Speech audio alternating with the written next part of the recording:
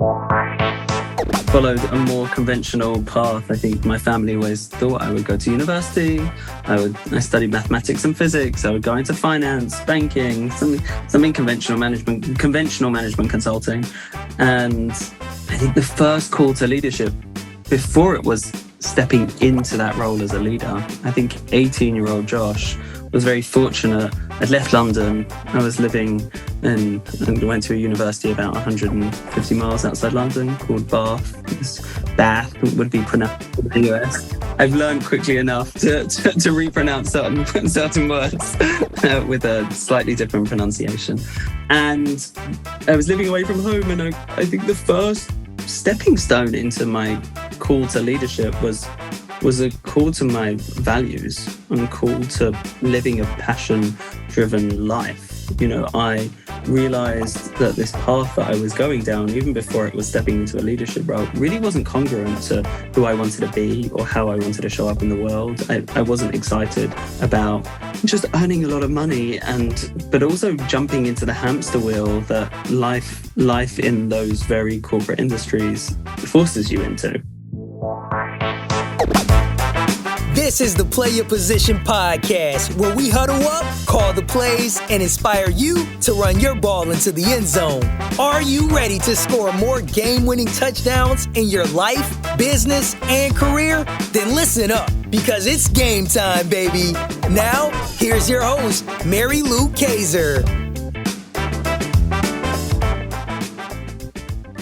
Hello, Team PYP. Mary Lou Kaiser here. Welcome to another episode of the Play Your Position podcast.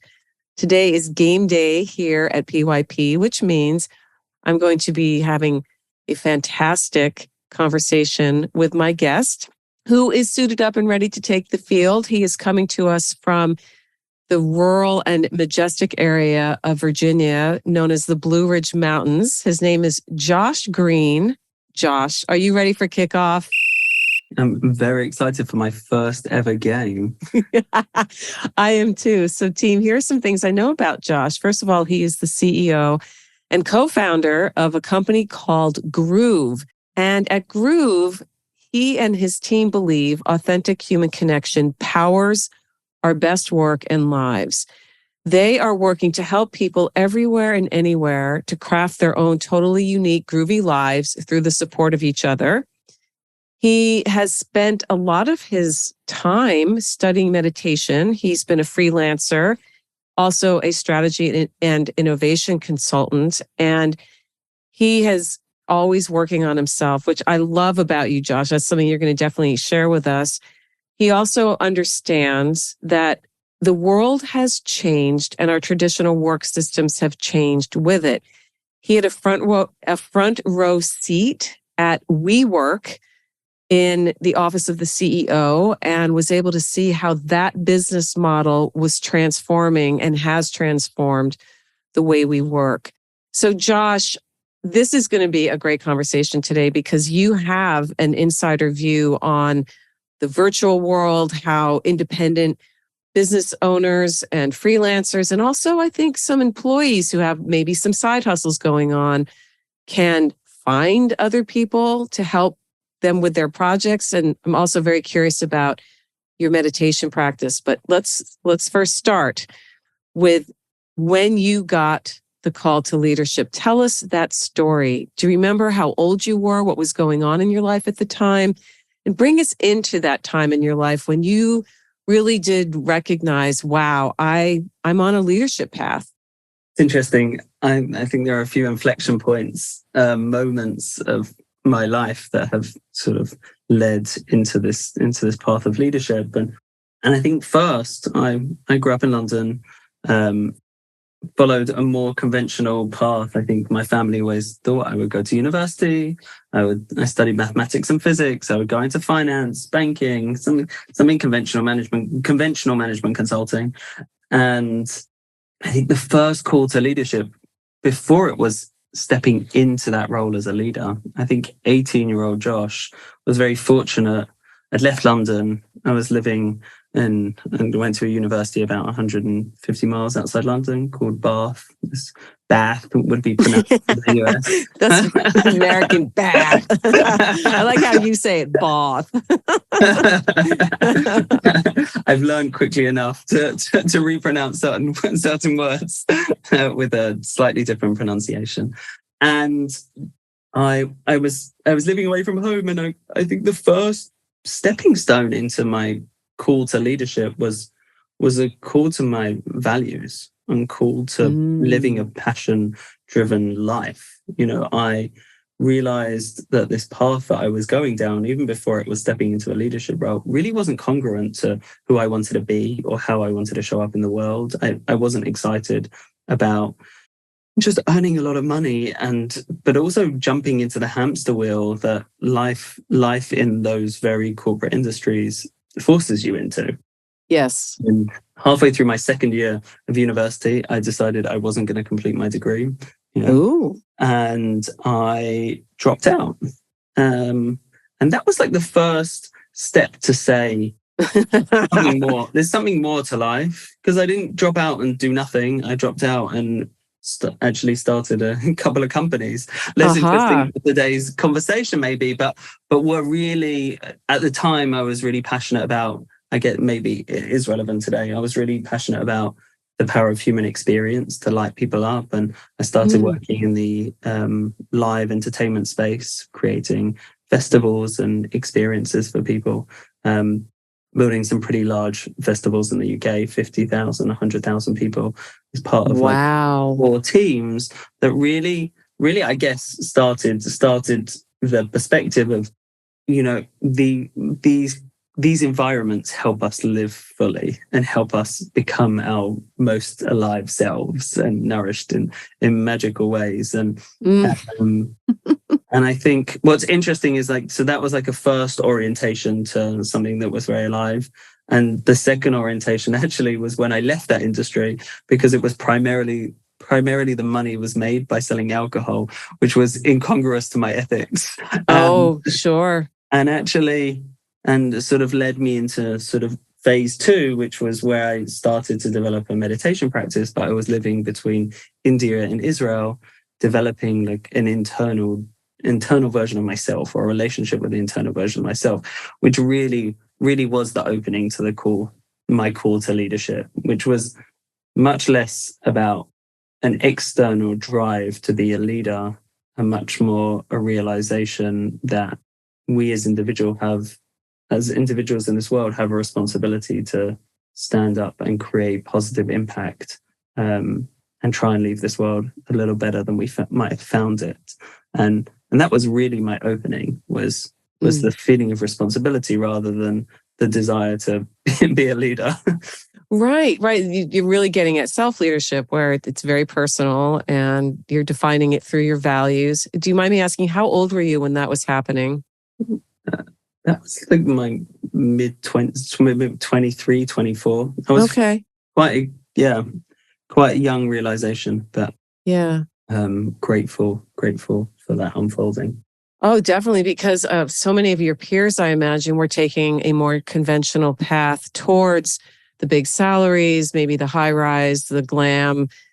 I don't know if that path is still popular, because there's been so much attention paid to taking a different path, especially in the millennial and the Gen Zers. And yet every now and then you'll catch a glimpse of somebody post something somewhere about, I'm going off to my management job or whatever. So that those jobs are still out there and people are pursuing them, but you recognize that path was not for you. And now here you are. Fast forward, tell us the story about Groove and how that came to be. Interestingly, Groove really emerged over COVID.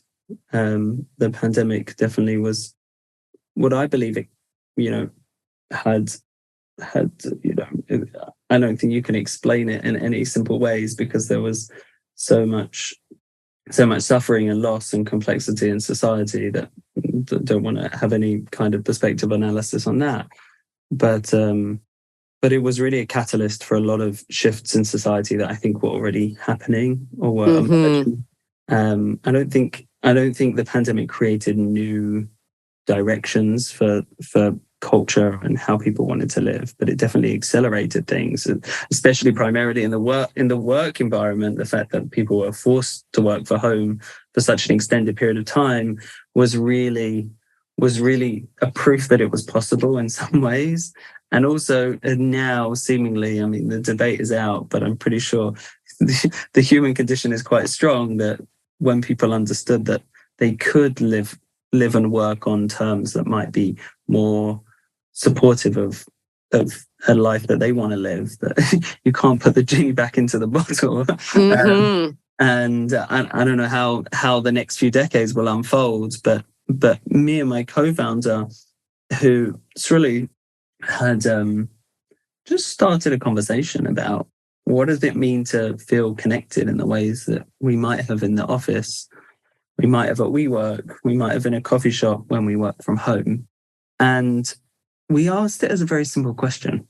It was not how, wow, let's change the world and build something that we believe can transform millions of people's lives. It was, we have an experience, as you said, like the world of, there's not even a really good term to describe who we are, solo workers, freelancers, solopreneurs. I don't know if we call ourselves that in this world, but people that decide that they don't want to live a cookie cutter life, that they want to craft a life that is their own, write their own job description and primarily want to do that alone and not excited or energized to build a team and all of the complexity that comes with that, but probably oriented towards service in some capacity, whether you're a designer, a developer, a coach, whoever you might be, you're in service of others.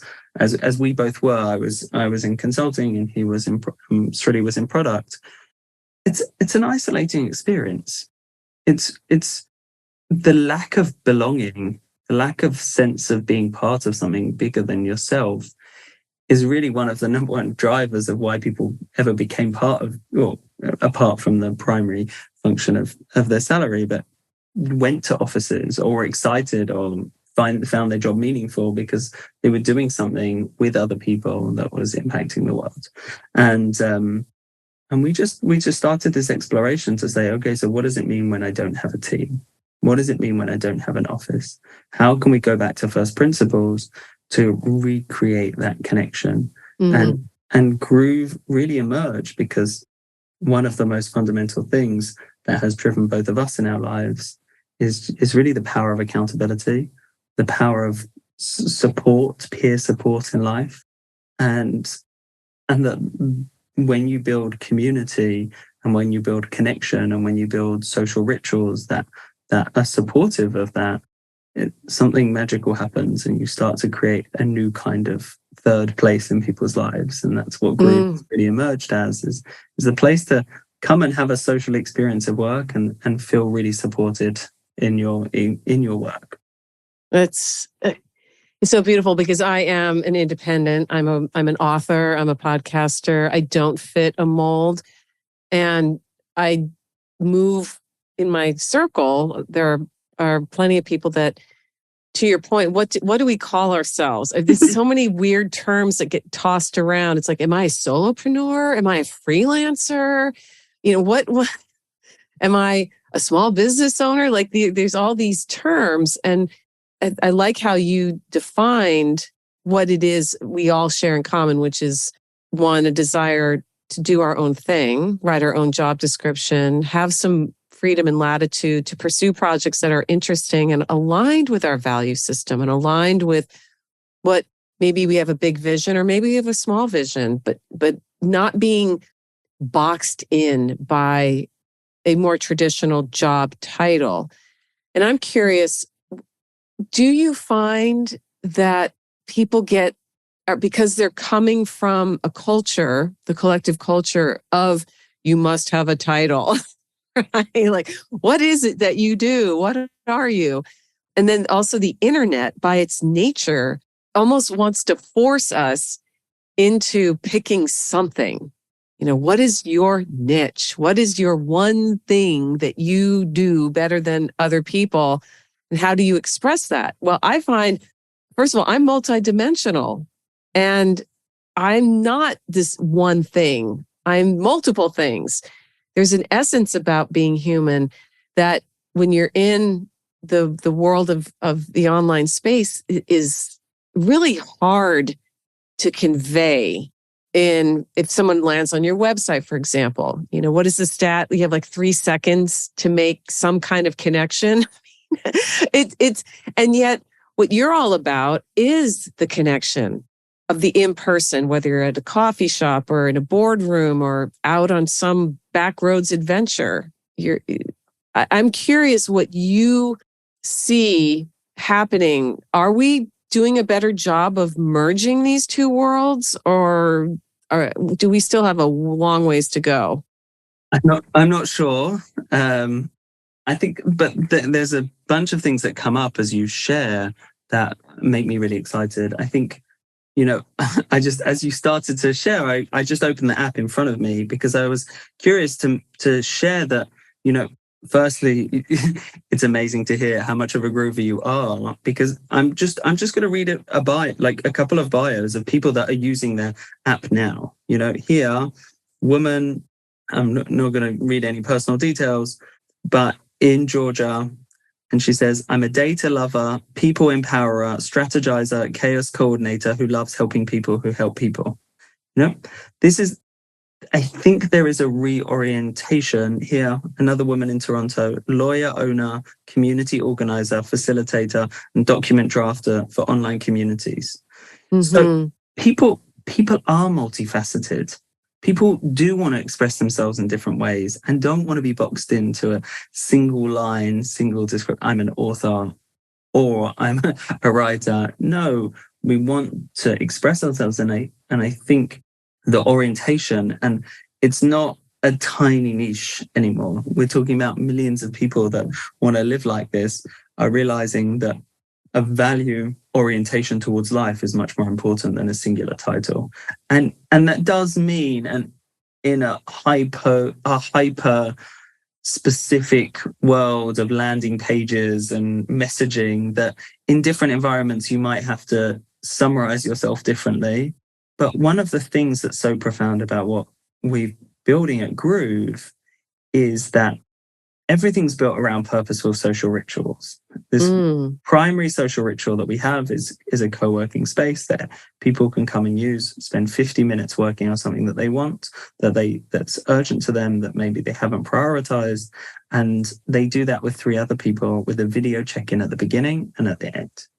There's something really unique that you can schedule them or use them spontaneously. 90% of sessions are spontaneous because of the nature of having written your own job description and crafting your own day, going with the flow, which is wonderful, which is also different to some of the other people that are building great products in this space. That the video check-in before and after is just as important as the 50 minutes of work. And there's something unique about having a small, intimate group of people that allows you to just be you and doesn't mean that, I have to summarize myself as X or Y. That when you allow people to just come into your workflow, this is not a networking event where I have to put on a badge and say, this is who I am. We're just coexisting. And in one session, you might hear that I'm working on a script for a talk that I'm giving. And then next you might see that I'm reconciling my accounts from the last month. And you start to see that we're all just humans. And that a lot of what we're building at Groove is creating a space that calls out to the people that want to write their own job description, want to craft their own life, are called to something more and to service and impacting others' lives or the world in a positive way. And our brand definitely speaks to that. But the space is highly conducive to fostering great relationships, discovering new people, and deepening relationships of people that you might also want to bring into the community. And this is really the magic of Groove, is that you can show up and you can just be you. Right. you don't have to worry about pigeonholing yourself. It's halftime here at the Play Your Position podcast, and we've got ourselves a great game. While you're up grabbing another snack and topping off your favorite beverage, make sure to subscribe to the show so you never miss another play. PYP is available on Apple Podcasts, Spotify, and wherever great podcasts can be found. Now, let's get back to the game. Oh, that's fabulous. And your website is really cool. So team, I encourage you to check out groove.oo, which I've never seen that as. We also like it because it's .out of office, and we're all about getting out of the office. I don't know if that's what it means, but that's what it means to us. So whenever that's wonderful. Groove.out of office.oo. I can't think of off the top of my head what those things are called, like the .com. And I interviewed a man late last year, whose business is .love, LOVE. I was like, wow, that's awesome. I know we've been trained. The .com is still the default for people, but I love that companies like yours are branching out and choosing different URLs and really making a part of your brand, a part of your value proposition. And it's, I think the accountability piece is very intriguing, because that is one of the hardest parts of being a solo anything, is unless you have already trained yourself to be highly disciplined to achieve small tasks on your way towards the big thing, whatever it may be. It sounds cool to be able to just randomly pop in and find some other people who are also okay with disrupting the flow to create a new flow for a set period of time to achieve something, and then you move on. That's very intriguing. So again, team, there'll definitely be links to learn about groove.outofoffice.oo and check it out. As far as you founded this company, you said it emerged because of COVID. So it's what, coming into its third year of Yeah, it was towards the end of COVID. So yeah, we officially founded the company, I guess, at the beginning of 2021. Yeah. Nice. And you have a team, and you're, I'm guessing people are from all over the place. So you don't have an actual office. That would go against what this stands for, right? Do you have users from all over the world? Our users, the Groovers span the west coast of the US all the way to New Zealand.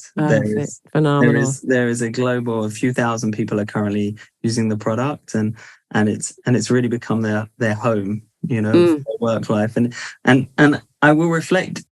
I like to say it's a bit weird, but it's worth it. It's a new behavior in your life, but there is something profound also, that it's mutually supportive. Everyone that's in there is there because they want to help someone else as much as help themselves. And that creates a great positive reinforcement in your day. And not only that, the groove lasts way beyond the session. So if you have a groove and you get into your flow, you might not do another session, but you're going to ride that reorientation of mindset shift into a flow state that can just give you great days. Mm-hmm. I'm really enjoying this conversation with you, by the way. Yeah, I am too, because again, having been on my own since 2005, and the internet was not what it is today by any stretch. It's just come so far. These kinds of online communities where you can find your people are so important. And unless you know about it through a conversation like what we're having today, or a friend reaches out and says, hey, I'm using this particular app, I think you might like it.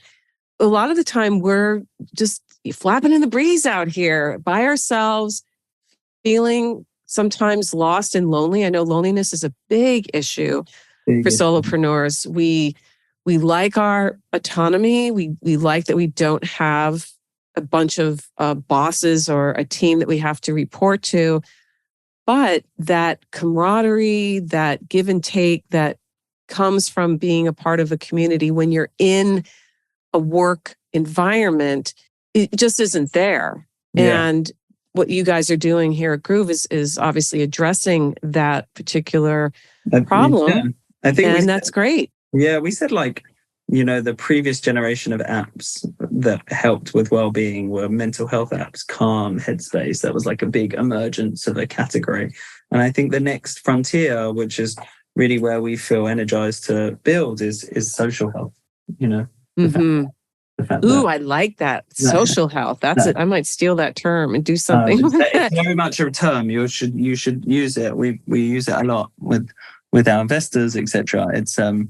But that's really the space that we'll get into it. But definitely, my perspective on leadership and thriving is accountability and is community, because the people around me are the people that help me regulate how I feel and help me not just tactically support life, but sort of like emotionally navigate life.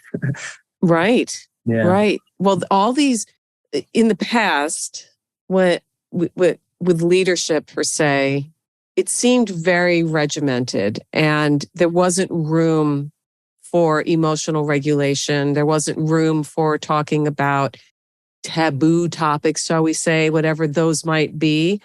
And today, if you're not being emotionally vulnerable, if you're not letting people know this is what I stand for and it's non-negotiable, that shift has happened. And what you're creating here at Groove is an opportunity for people who are embracing the new way of working, and B, moving past just dealing with a need for a therapy session one-on-one, which I'm not negating. They're very valuable. And I encourage anybody who needs that to continue it, whether it is working with a therapist virtually or meeting up in an office. You have a meditation practice, Josh. That's becoming more common to hear leaders talking about openly. I practice yoga. I journal every day. I have a morning routine. I'm drinking my greens. I fill in the blank. So from your vantage point, since you kind of led me down this path, what are some of the qualities you believe are essential to effective leadership for the way the world works now and is moving toward? It's funny. The first thing that just came up for me as you asked the question was really around an ability to grow and an ability to challenge yourself, to change constantly, and to be able to not just develop new skills, but let go of stuff, let go of old mental models, to let go of habits. I think in my emergence as a leader in a variety of different environments, the biggest possibility to really lead teams, lead people, lead missions, lead movements, lead communities is an ability to not get stuck in my ways and to really lean into growth. That's number one. Number two is to get out of the way. Yeah, I think being able to empower others, being able to have deep trust, being able to orient towards letting people win in the long term, even if it means losing in the short term, as long as there's resilience in the system, in the company, or whatever it might be. That's always served me well. Even if I have to watch someone fail and I know I could have picked them up, but it was really not fail, maybe it's not the right word, but really learn for themselves. The payoff is always great, because my belief is the best way for me to be successful in life is to make everyone around me successful. And I can just tag along for the ride. I like that. Yeah. I think I heard it in a much more, I don't know, maybe that's just as cliched, but I think when I was a teenager, I heard a line like, if you want to become a millionaire, make everyone around you a millionaire, and don't worry, you'll be the richest. Right. But yeah. But it definitely struck me as a truth. Oh well, if you want to be successful at something, focus on making everyone around you successful. Right. I'm Same sure could be said for love. If you want to be loved, love others. Completely. Show up in love, even if it's hard. And it is hard sometimes. It is hard some days to be other oriented because we are human. Coming back to the central tenet of your whole business is we, at the end of the day, are human, and humans, there are universal truths about being human, but we can be complex and circumstances change. And your point about one of the real markers of great leadership today is the ability to grow and let go. And that is not easy.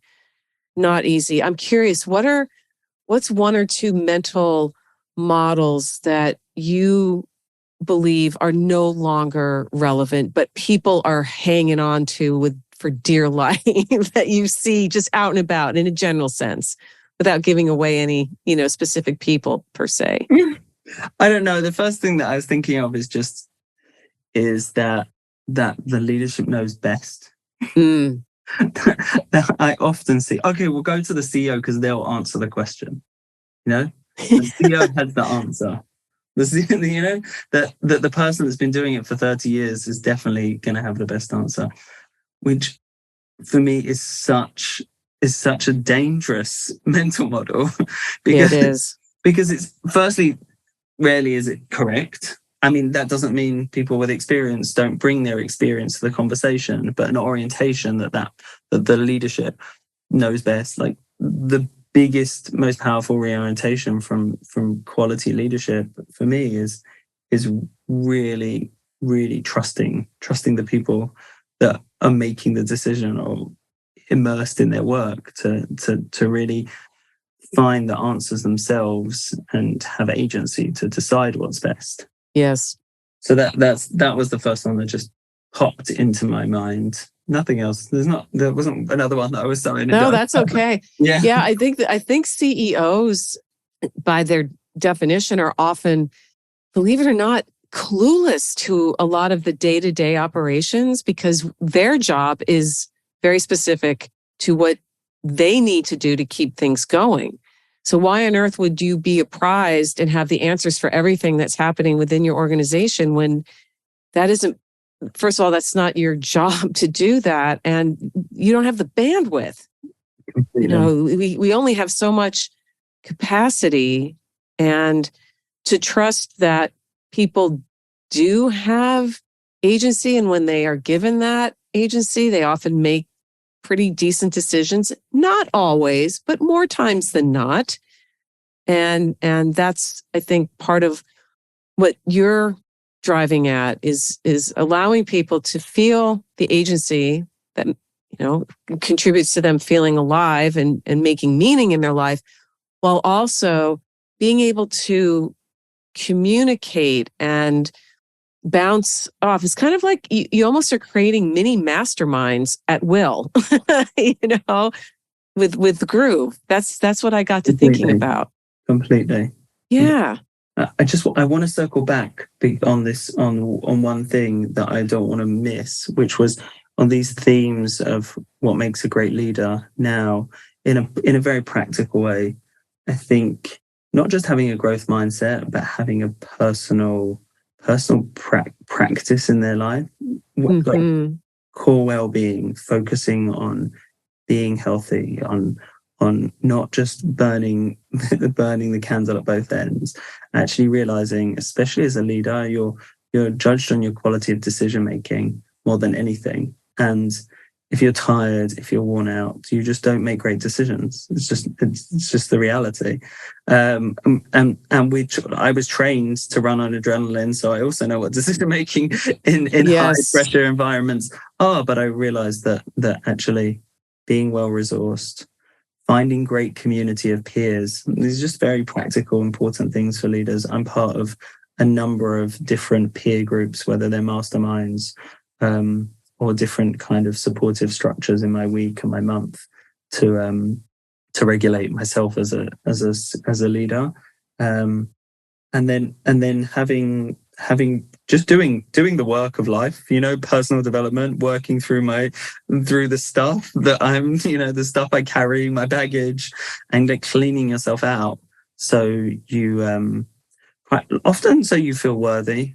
I think so much leaders operate from ego because it's a defense mechanism Mm-hmm.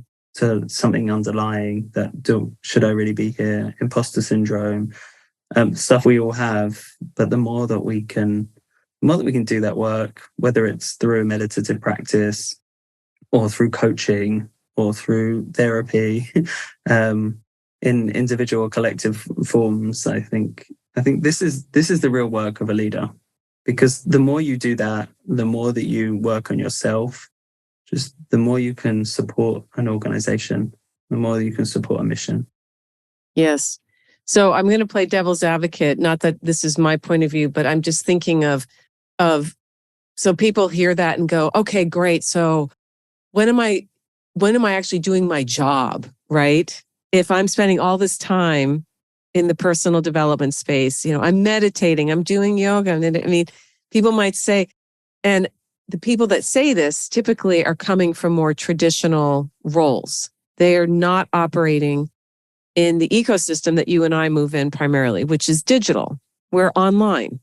We're creating communities, masterminds, digital assets in the form of websites and blogs and podcasts and books and conversations. Any kind of social capital that we generate for ourselves comes from going into these different places, engaging with others, sharing our thoughts. And, for somebody who's, and I'm not picking on electricians, but somebody who's doing an in the field kind of work would hear, if they happen to listen to this, and be like, what the hell are you guys even talking about? You know what I mean? Yeah, so I think there's a couple of I think I'll come back to the electrician, but if you look at Jeff Bezos, for instance, and the way he speaks about the work that he does, so much of him being successful is understanding that he really is just a decision maker primarily. That means integrating information, having clarity of thought. The people that I look to, Bill Gates goes away and locks himself in a cabin and reads books for a week to really stay at the forefront of having a perspective of where the world's going to. That real leaders that have created huge impact on society understand that the core remit of leadership is quite narrow. Look, I run an early stage seed startup. We're a small team with a little bit of money from wonderful investors.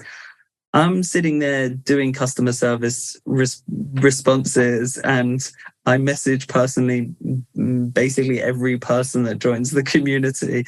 There's a lot to be done.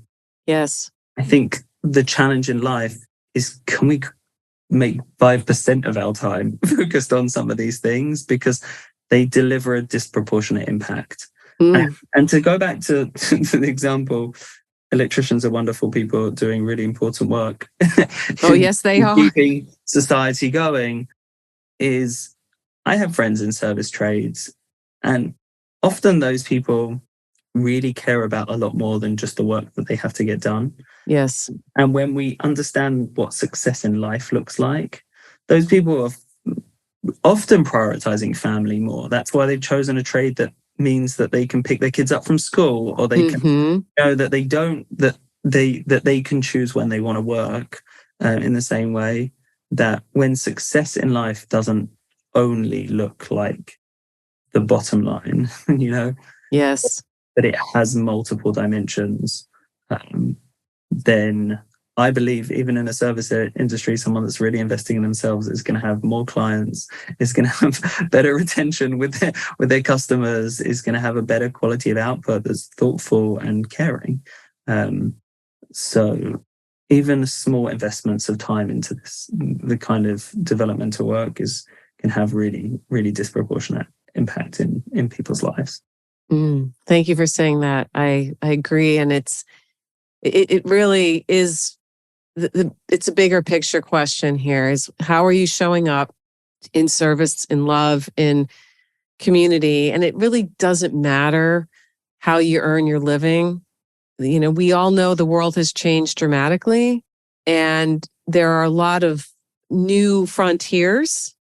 You used that word earlier, that we're just beginning to explore, to experiment with, to experience. And I mean, I'm an adventurer by heart. I love, and I see everything I do as an experiment. I don't know.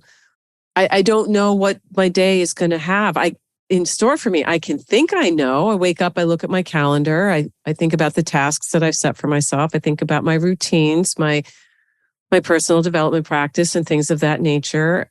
But circumstances and conditions can change in a matter of seconds. And a good leader, to your point earlier, is going to be able to adjust to that and not dig their feet in and say, as the floodwaters rise around them, right? No, we've always done it this way. That flexibility, that ability to surrender something that you thought was going to be and say, okay, and not be attached to it. And again, that takes practice. You know that. I know that certainly. And I know a lot of Team PYP knows that. It's a daily commitment to what am I going to surrender today in order to make room for what I need to do, and whatever your beliefs are that are beyond just the physical world really doesn't matter. It's showing up and asking, how can I serve today?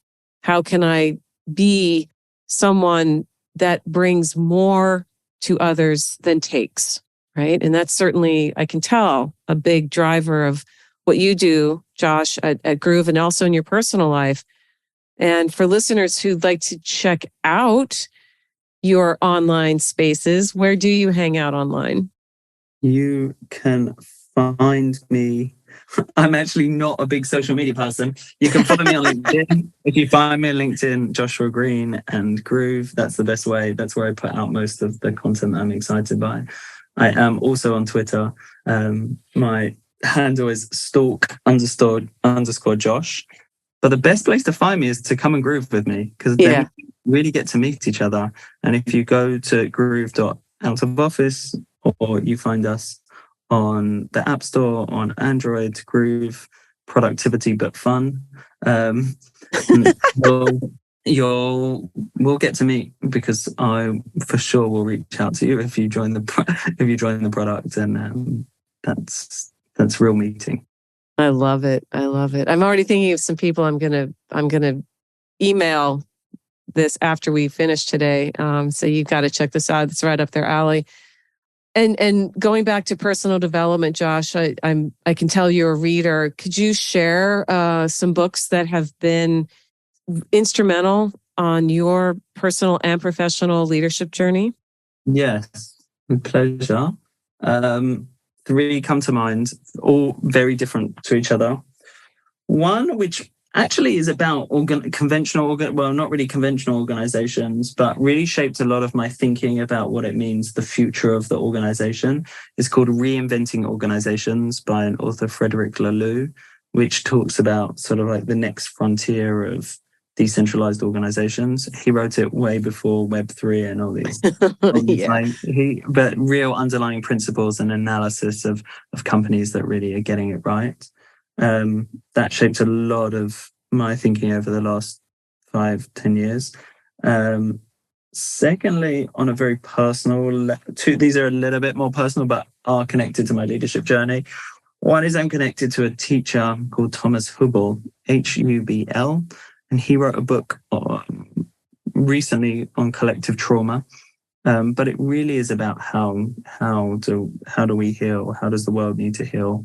And the third book, which is just an out there book, but has really captured maybe the spirit and the journey of this conversation and unfolding of lives, is Siddhartha by Hermann Hesse. Oh, wonderful. And my wife is a big fan of it, and I also am. And it captures the movements through life and the journeys that we search, and especially people that are called to explore or yearn for something more. I was definitely touched by that book. And oh my God, that's so awesome. When I in a different life, I was a high school English teacher. I did not teach Siddhartha, but some of my colleagues did, because they taught seniors, and it was a book that the seniors read. And Oh my gosh. You are the first person I haven't heard of that book in probably 20 years, Josh. So thank you for reminding me of that wonderful, wonderful story. And I'll put links to these. What was the title of the second book by Hubble? Was it called Collective Trauma? Yeah, exactly. Okay, cool. Yeah. Yeah. So team, the links to Josh's website, the books he recommends, they'll be on his show notes page at pyppodcast.com. Encourage you to check out the app.